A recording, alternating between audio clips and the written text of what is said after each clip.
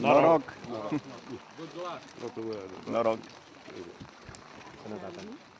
Localnicii și-au pregătit straiele de sărbătoare ca să-și întâmpine oaspetele de seamă. Ducele de Kent a vizitat biserica, muzeul de icoane pe sticlă, dar și atelierul de fierărie, unde a învățat câte ceva din arta potcovăriei. Typical Romanian church. It was Orthodox all the time, because here at the end of the 70s, beginning of... Ducele de Kent a fost însoțit de Jessica Luke Douglas, apropiata Casei Regale a Marii Britanii și președinte al Fundației Mihai Eminescu Trust. Membrul Casei Regale a onorat invitația Fundației din Transilvania, care încearcă revigorarea tradițiilor din mărginimea Sibiului. It's a great pleasure to be here, and I've much enjoyed seeing your church and museum. Thank you all very much.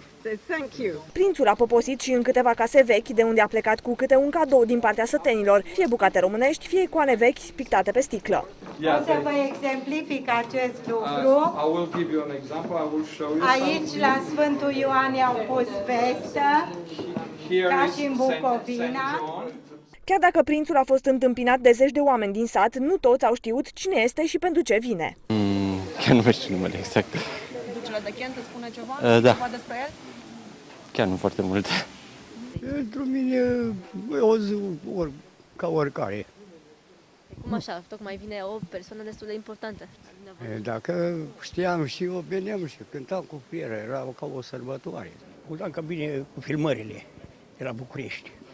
Pentru cine vin filmările la București? Pentru cine, băi, pot să spun chiar exact pentru cine, pentru satul nostru Sibiu și pentru muzeu, nu? Pentru... Prințul Eduard s-a născut în 9 octombrie 1935 și este membru al familiei regale britanice. Prințul a petrecut la Sibiu câteva ore și a plecat deja înapoi spre Marea Britanie.